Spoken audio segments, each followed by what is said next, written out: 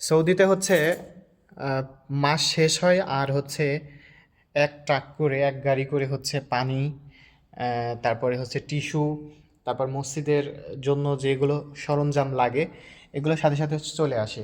কিছু আছে সরকার থেকে কোম্পানির থেকে বহন করে দেয়, আবার সৌদিরা পার্সোনালভাবেও এই জিনিসগুলো দিয়ে থাকে। তো আমার এখানে হচ্ছে প্রায় আপনার 100 কার্টুন পানি ছিল। তো এখন মাস শেষ, এগুলা হচ্ছে শেষের দিকে। আর সর্বোচ্চ কত 40 কার্টুন আছে। এই 40 কার্টুন এই ভাঙতি কিছুদিন, মনে হয় 10 দিন যাবে।